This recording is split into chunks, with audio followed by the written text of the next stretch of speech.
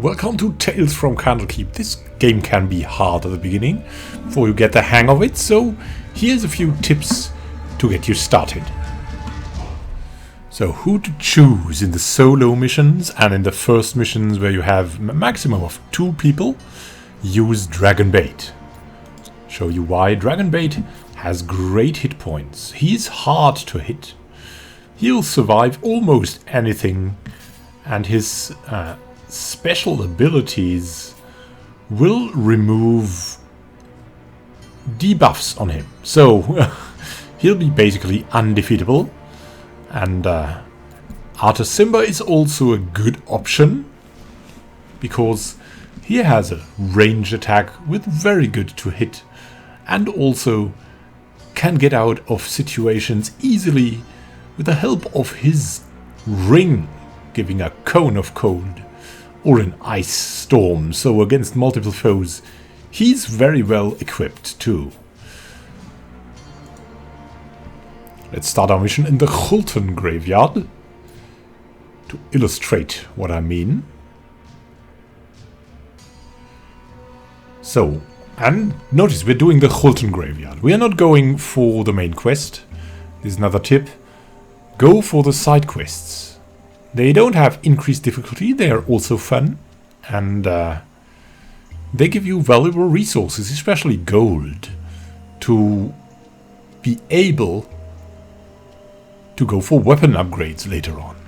So the most important thing when you're in such a small group is to focus on your goals. We have to defeat 5 Khulton zombies. If you have only 1 or 2 people, just defeat 5 Khulton zombies. Don't go for anything. So I'll illustrate this. We're exploring right now with a ranger, Artus. Now we have a chest here. In normal adventure games you would like, hey, there's a chest, let's disarm the traps, open the chest. No, not here. You always have encounter phases that will screw you up if you're too long. If you're lasting too long, if you need too long, then eventually you'll be killed by the encounters. So we've seen this, and it's a no. Let's explore with a Dragonbait. So we have a zombie here. That's another one of the tips. Look at the creature type. What creature type do we have? We have an undead. An undead is actually an unnatural creature. You can see here that it is needed for the quest. That crossed swords and run. And yeah, that is it. Also, you can interrupt encounters if you click on here. But we won't do that. Like, if that thing gains advantage, we don't care. So we got the villain phase and all. I'll show you soon why it's important to go looking for the creature type. So the creature type you can also only guess. Like if you see it here, what it's described, an unnatural creature is always an undead or maybe a construct. So we'll not attack here. We should, but we will not attack. For now, with Artus, we'll just explore more, which is something you should not do. Don't explore tiles if you have already a monster ongoing. That's very unwise. We're doing it here to illustrate something. Got another monster, the Shivering Sickness. Now, if you gain disadvantages, that is not so bad, so won't interrupt for that.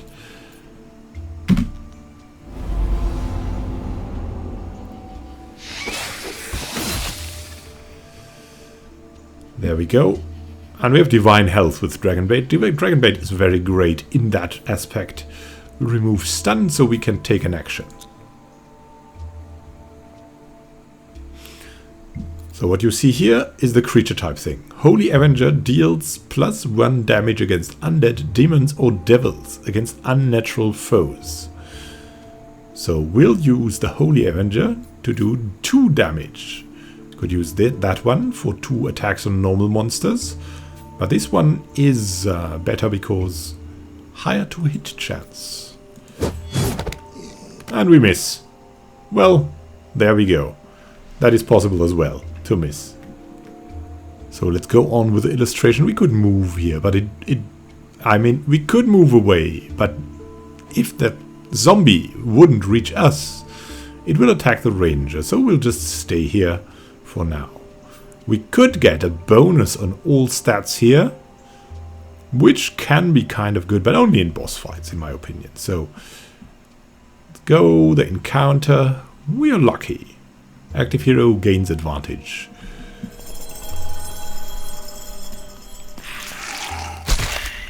Which leads to the zombie missing us. And here you see the great abilities of our ranger. Go for a careful shot or for a bookmark. Note that the careful shot is only possible if we move away a bit from this thing. We can also use a lightning arrow, which is doing a lot. And you can see here that there's a 2 under the damage and miss 1, which means he will get 1 damage at least, even if you miss. So that's quite good. Cone of Cold is like the same. If you miss them, still does 1 damage. So if you want to, if you have to finish up a monster, then consider going for these daily abilities too. Don't be too too shy to use them. Especially at the start, it is more important to keep your health and party topped up than preserving your daily powers, because the quests aren't that long. So you should have your party topped up to be in top condition and flexible to the most. This is much better for survival than anything else. Now in that case, we will go and attack the raptor with our careful shot. Let's move 1 back. Can now attack. And we miss. We're not lucky this time, and so we can illustrate more.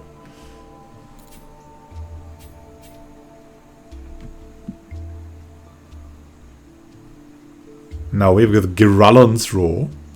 What this means is it will spawn either a Girallon or Girallon zombie that has actually 3 hit points. The next monster to spawn has 3 hit points, which is very tough at the first missions, but we'll still go for it because there are even worse encounters that you need to stop with your adrenaline rush. We'll preserve it. This is the big Girallon that is spawned. And now let's actually use the Holy Avenger against the creature type. Let's go. We have the advantage. We've killed it. We got a chest of gold, which is quite good. So then we'll also move here. Just to distract that thing. Maybe it will attack Dragonbait, and he's harder to hit. Outnumbered. So that is extremely bad for you, because it guarantees damage done to your heroes. Cannot avoid it. Takes damage equal to the number of monsters he or she controls. If you have at least 2 monsters here, then interrupt it. We'll interrupt it now because most of the damage dealing abilities are really bad for your group at the start. You have no way to avoid them, you have no really good way to regenerate. You should avoid that. Amongst that are like meteor showers. A random spell can be very destroying. A fireball can do 2 or 3 damage to all people on 1 tile. Things like that should be avoided at any cost. From the adrenaline rush. You gain adrenaline rush by fighting. So let's use it. I rarely use the buff. I often use the interrupt.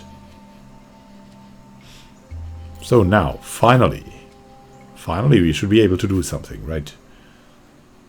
Note that we'll not explore before that thing is not done. Come on.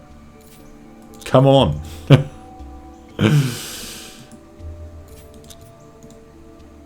And we cannot use it? That seems crazy.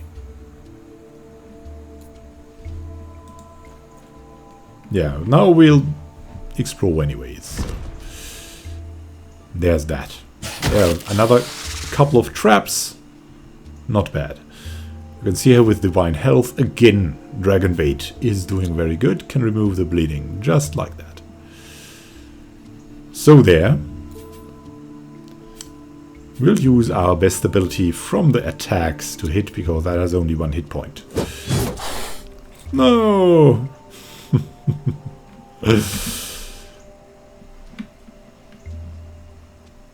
Now, that's another encounter you should avoid at any cost of adrenaline. Biting insects will usually do at least 2 damage. And if you have a bigger party, this is even worse. So let's go for the interrupt.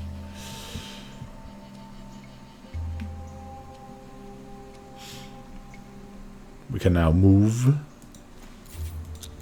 And finally we can attack. Attack. Monsters on the same tile cannot be targeted. Yes. Oh my god. Alright. Alright. We'll use the lightning strike. I'm getting... yeah. So we'll have that thing on. Now, notice these are your healing surges. We have just found a healing potion that can be added to your target at any point in the game. So these are very, very powerful. Even if just common, they are very powerful. They only hit 1, but you can use 5 healing potions in a row at any point. You don't need rounds for that. So you can also heal people adjacent to you, so they are really, really powerful. So healing surges revive downed heroes. You fail the quest when a hero can't be revived. So with the healing surges, it is if you have healing surges, you should use them even before potions of healing in the early quests to save up for more potions of healing, because you will need them with so few people.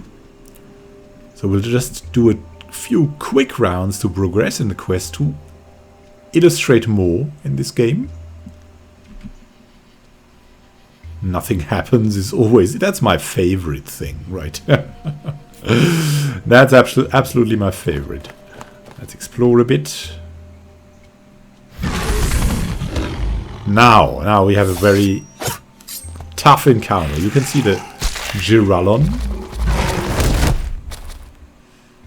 Very tough. So we should move in quickly. And now we have 3 on 1 tile. We've got an ice storm. Choose any tile within 4 tiles and attack each monster on that tile. We'll use our ice storm on that. That is another thing. Use your daily powers. In the first quests, using your daily powers is the win, and should be done quite often. We'll attack 2 here. That one is on a different tile. And it will be extremely helpful. Oh, that wasn't on a different tile. All right. So we have even hit 3 of these monsters, which is extremely good.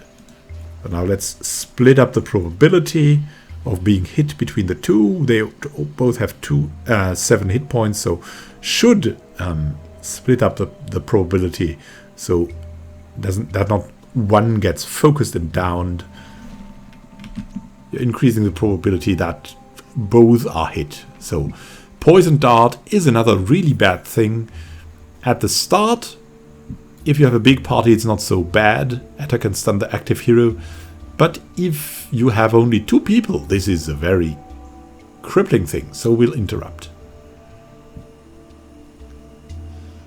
The villain phase, they are freezing, which means they are stunned.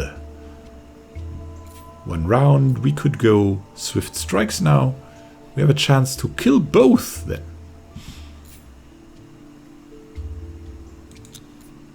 So we'll use that chance. First the zombie, and then the Girallon. I've defeated 2 of the 5 Hulton zombies. We can explore more. Even if he's just attacked, he can still explore. Let's go. Another zombie. That's great news. Even if we're getting attacked, it's not that bad. So, careful shot is the weapon of choice against the zombie. Cone of Cold could also be good. Wand of Fireballs can also be good. But most of these inventory items are consumed when you use them. Careful shot does 1 damage. And we're splitting up the probability. So if Zabu Mushroom Spores, we won't interrupt that. It just gives us a disadvantage. That can be bad if you have a lot of monsters moving around, but that is not the case in the first episodes. We have Divine Health, can again remove the disadvantage. This is why Dragon Bait is so good when you have to go solo for your first quest. Let's attack. Zombie type again. And we can explore. There we go. Use tiles that are like not open to many monsters here. Like we only have a small area that can be affected. If you use an open spot, a hero can be surrounded. That is a quick death. So Constrictor Weed, the active hero becomes stunned. Isn't a problem, it's Dragon Bait. He'll remove it with his Divine Health in the next round if he gets stunned. Stunning means you cannot do an action. You can only move in the next round. So let's move on with our Ranger. Again, the careful shot. And what we're doing here is we're concentrating on defeating the Holton zombies. We're not going for the traps to disarm them. We're not going for the chests to open them up. We're concentrating. That is what you should do. Random spell is cast on the tile of the active hero. It's a very bad event. There can be a fireball which gives you 2 or 3 damage on each hero. There can be worse things, so we'll absolutely interrupt. Divine Health removes the stunned. And we'll remove that thing from existence. We gain Braces of Defense. 2 bonus to armor class. It's a very good item. Let's explore again. Note that if you're surrounded, like we are here at 4 out of 5 Holton zombies. The thing is, if you're surrounded by enemies and your quest is nearly done, then look what you need to do to finish the quest. Even if you're surrounded, if you would have 5 of these Giralonapes and a Holton zombie, we would just kill the Holton zombie. Mission 1, quest done. So, if you're in that situation, go for it. It's absolutely best move. Now we have a strawman here that will draw hostiles to him. A dark influence. Each hero on or adjacent to an ambush site takes damage. So we don't know where the ambush sites are. We'll just risk it at that point. Here would be an ambush site. He gets 1 damage. That is tolerable. Explore more. Note that in the later encounters you should heal your guys up then. At 5, that can be killed in 1 round. Can be risky to move in there. But not now. Now we are saving up our potions of healing. Move here now and do a careful shot. Wounding him. This is not one of the zombies we need, but still we have to defeat it because it will attack.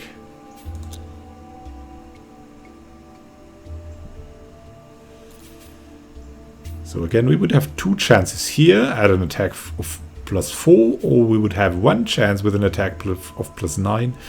I think that thing is easy to hit, so we're going for Swift Strikes. Yeah, did it. Got a potion of healing. Yeah, always look at the probabilities too. Can be very valuable to decide if you go for 2 attacks or 1 attack. Now we have Deadfall, attack on the active hero. Deadfall does damage if it hits. In the later phase, only attacking the active hero wouldn't be interrupt worthy. In the former missions, in the first missions, you only have a few heroes. It is worth to interrupt it.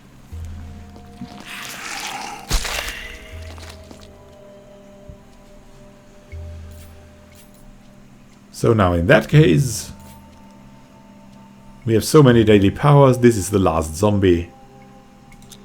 We'll use the Cone of Cold.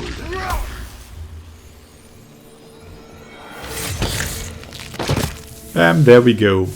Guaranteed kill. And we have the quest completed. Now, after each mission, you gain chests according to the quest level. We just chose normal here because, yeah, at the start you choose normal. And what you gain here is actually trading, crafting materials. Got a level up, possibly unlocking, yeah, a new hero slot. With 3 heroes, the game gets a lot easier, and there's a lot of very good options then. Show you soon. What is the option? The option is from the starter basic party, which would be like the ranger and the paladin. You should add the bard, because if she kills a monster, she has the choice between 2 options. So you basically get 2 loot rolls and can choose the better one. So choose the bard, she's very good at that. Like, that's not said here, but that's also a special ability of her. That guy is very good, but he's very good in a really big party. So don't go for him now, go for him later. So the last thing I want to tell you about is actually trade skills. Let's go for that soon. One moment. So this is what I wanted to show you. Now let's hope Birdsong kills that guy. Yeah, she has very good abilities. Bardic Inspirations is one example for that. Go for that. And now we can choose between 2 items. So you can say, hey, bag of silver is pretty good, but we got a chest of gold instead. That is even better. So by all means use her. Now she has got more damage here than our heroes. That was because I've upgraded one of her items before. So we'll choose the chest of gold. That's just to illustrate how great she can be. You can also take her earlier on, but by all means, if you're using her, use her as a second to Dragonbait. Now that was something I just didn't want to talk about only. I just wanted to show you the situation. We're surrounded here. Birdsong is in trouble. 3 guys are on her. And we should now just defeat one of the Vega Pygmy warriors we have here. That guy. That's a Vega Pygmy warrior. Let's just kill him. And that is our tile. So we could go for an ice storm. It's a little bit much, so we could go for the Cone of Cold. We don't care, we should try it. Attack here. We've hit. Got Boots of Elvenkind. And we should have won. Ah, now! Now we got to defeat the Vega Pygmy Chief. There we go. Tricked us, right? Tricked us. But in theory, quest completed. So we got the Boots of Elvenkind. Yeah, always pay a good look at what you have here. Like, when your hero discovers a challenging tile, you have a 50% chance to not trigger an encounter. So, what you want to do, if you have Boots of Elvenkind on a character, often explore with that character. Like, that is your explorer now, with the Boots of Elvenkind. So the last thing is about upgrading your party. Upgrading your party is very important. It gives you a lot more damage, as you can see here. Like, from 1 to 2 damage is a pretty big step. Now you can upgrade, if you see one of that symbols here, you can upgrade something. So let's go to Dragonbait, click on that symbol and see what we can upgrade. Nothing here. Secondary weapons? No, it's where this is marked. So we could get a better armor for him. We should do that. Scale mail, armor class and hit points go up by 1. Hit points very valuable. He has already good armor class, but hit points going up is very, very good. So let's craft now. What should you craft? Should you craft 70% chance? That is very cheap. 80% still very cheap. 90%, 1000, 99%, 1200. Well, not good, right? You would go for the 80%. No, no, no, no. Go for the 99% if you can at all afford it. Because, yeah, you don't only have to spend the gold. Remember, where was that? You also have to spend the items, like what you have amassed here. The materials for it. And it will be maybe a long time before you find them again. So, by all means, wait for the 1200 to craft. It still has a 1% chance to fail, but usually it will succeed. And all the materials there, you don't want to lose them. They are worth more than that petty gold that you'll get anyways. So thank you for listening for the beginner tips. If you have more valuable beginner tips, please add them in the comments below. If you like this video, just stay here and subscribe. I'll be happy to have you here. We're doing a lot of RPG-centric stuff on the channel, and I'd really like to stay in contact. If you're interested, just subscribe and come back for more. Have a good time and happy gaming. See you in one of the next videos.